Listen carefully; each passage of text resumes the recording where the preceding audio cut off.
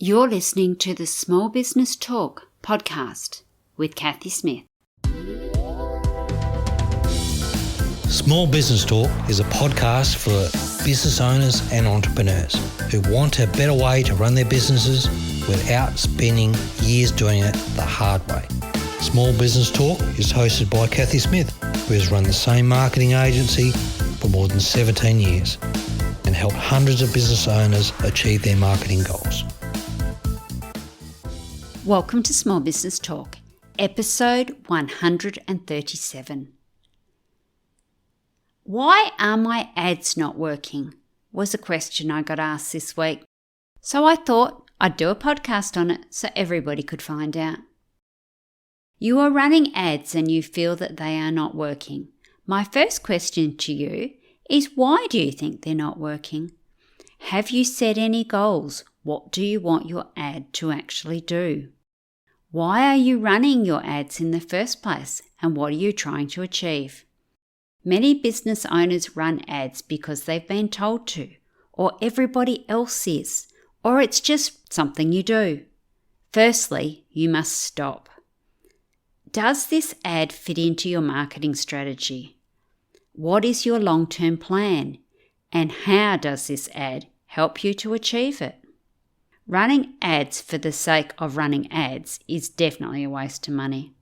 And running ads should be for a reason. It should have a SMART goal so that's achievable and measurable. Now that you've set your goals and you know why you're running your ads, what are you trying to achieve? And here's a tip. Exposure as your goal is not enough. You can get exposure anywhere and very easily, but it won't give you the return on investment in the way of sales that you need, unless you're a multinational with millions of dollars in your budget. So be careful with what you're actually trying to do with your ads and what your goal is. What are you trying to achieve? Now it's time to think about your messaging. Who are you talking to? Who is your audience? Your audience will be determined by who you are wanting to talk to. It makes me smile every time I ask this question. Who is your ideal audience? Who are the people, the tribe, and the community that you want to talk to? It makes me smile when people say, everyone. I can sell to everyone. The reason it makes me smile is not because they are right, but because they have so much to learn. I'm not trying to be disrespectful, but they really do have so much to learn. My favourite example to illustrate this point is Facebook. But Facebook does sell to everyone, you might say. Yes, they do. Well, no, not really. Well, even Facebook only sells to 66% of the users in the world. And many of those people won't buy. They'll never buy. And they may not even buy from an ad which was run by Facebook. Well, businesses running from Facebook. This number will go up if you include the customers, the people and the businesses that are paying Facebook to advertise their products or their service. And they might make some sales, but some never will. And the 2 points here is even Facebook doesn't sell to everybody. And Facebook didn't start out that way either. They started out in one university, Harvard University. And then they went to a second university, Yale, and then the third, Stanford, and so forth. And then they got to world domination, which is still only 66%. So they're definitely not selling to everyone. Even Facebook doesn't sell to everyone. If you think you do, maybe you should rethink this, or get in touch with me. I'd like to be proven wrong. Your audience will determine who you talk to. But it's the messaging that will make it stick or not. So sticking with the Facebook example, the messaging that Zuck used to get the first uni students on board would have been very different to how he approached his first advertisers, MasterCard and Procter & Gamble. Yes, you can have more than one type of audience, but you need to speak to each type differently. Facebook needs to get the users to make the platform attractive, a place where advertisers will want to spend their money. Without the audience, then there would be no revenue for the advertisers. Some of the audience will never buy, but without them, you will not be able to sell your products and services. Who is your audience or audiences? And is your messaging speaking to them directly? We've all seen those perfect ads. You know the ones. They just get me. Yes, that's me. Yes, I do have that. Yes, I don't like that. Yes, I want that, etc. That is the power of the right messaging, targeting messaging, talking to one type of person at a time. Now, it doesn't mean that you won't get other types of people, because often they will resonate as well, but just not quite as closely. And we've also seen those ads where you go, no way, what are they talking about? Seriously? And that is a perfect use of ads because they are disqualifying you, or more to the point, you are self-selecting, and in this case, you are unselecting. It is a great use of how ads should have a powerful message that either attracts the right person or repels the ones that are not your people. You don't want all your advertising dollars used up on people that will never buy your products or services or are even interested in finding out more. Now that we've looked at what your ads say, now let's look at what they look like. Is your branding on point, or does it look like a completely different business? Do you have high quality graphics? Is your ad thumb-stopping? You need to think about the wording in your messages that you are using. Your words are very important in your ad. Do you have too many? Do you have too little? Is it the right message?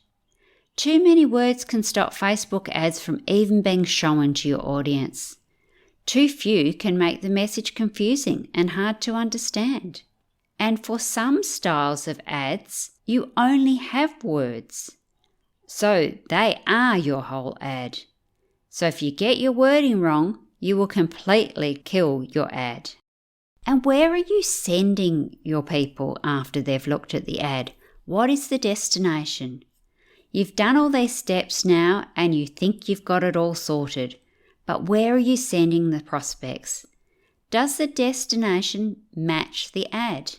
Does the branding look the same? Or does it feel like you've just had a clickbait? A bit of a switch, you know those feelings. Digital disconnects is the quickest way to break that fledgling trust that you are just starting to build. Without trust, no one will ever buy from you. Trust is the fundamental requirement of your prospects to continue on the journey with you. No trust, and then there will be no sale. You must track what is working and what is not. Be the detective and identify the roadblocks and the tailwinds. Data collection is so important. You can use this to tweak your ad campaigns and make them better. But if you don't know what is going on, you don't know what the end result will be.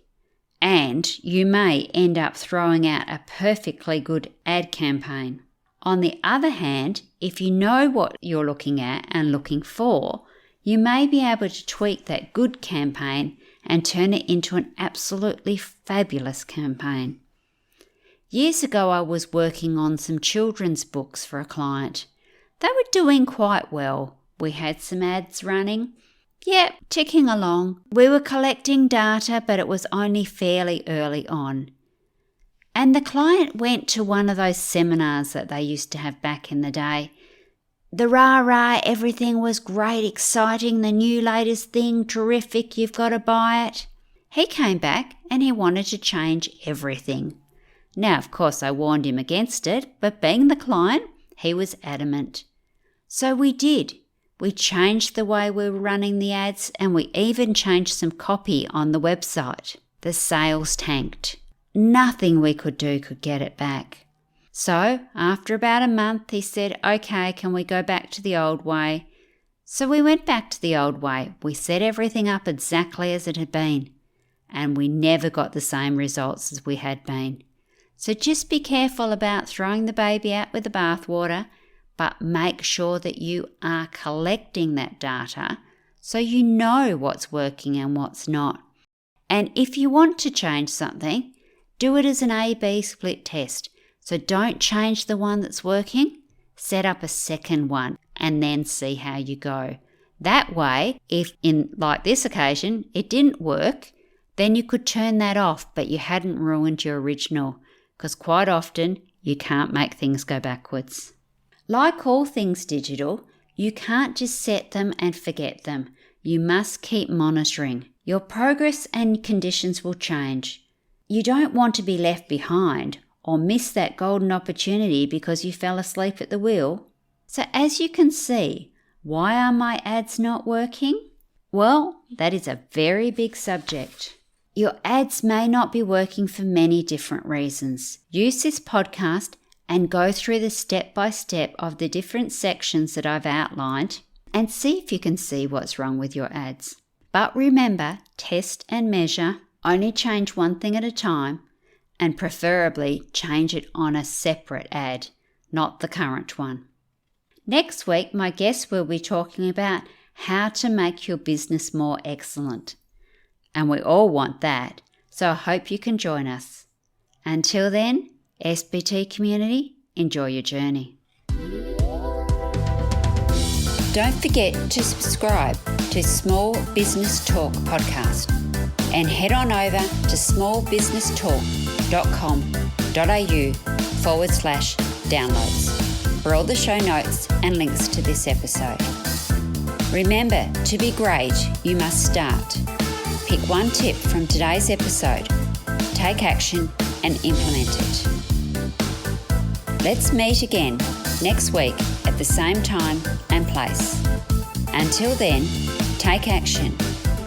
And SBT community, enjoy your journey.